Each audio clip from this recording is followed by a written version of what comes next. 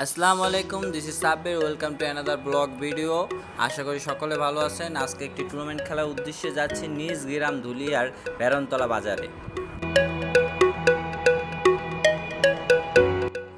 অবশেষে আমরা চলে আসলাম মাঠে এসে মাঠটি চারপাশ ভালো করে দেখে তারপরে আমরা মাঠের একটি কর্নারে বসে গেলাম যে যার মতো ড্রেস আপ চেঞ্জ করতে।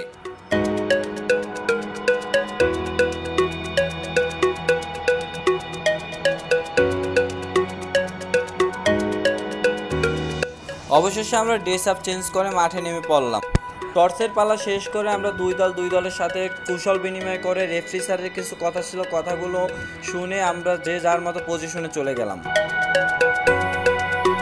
ইতিমধ্যে রেফারি স্যারের লম্বা বাঁশির মাধ্যমে খেলা শুরু হয়ে গেল। আজকে খেলাটি ছিল তাসফিন একাদশ বনাম ফাঁসিকাটা একাদশ। আমি ছিলাম তাসফিন একাদশের টিমে। আজকে খেলা ফলাফল ছিল তাসফিন একাদশ 2, ফাঁসিকাটা একাদশ 1। আশা করি আপনাদের খেলাটি ভালো লাগবে, আপনারা শেষ পর্যন্ত খেলাটি উপভোগ করবেন।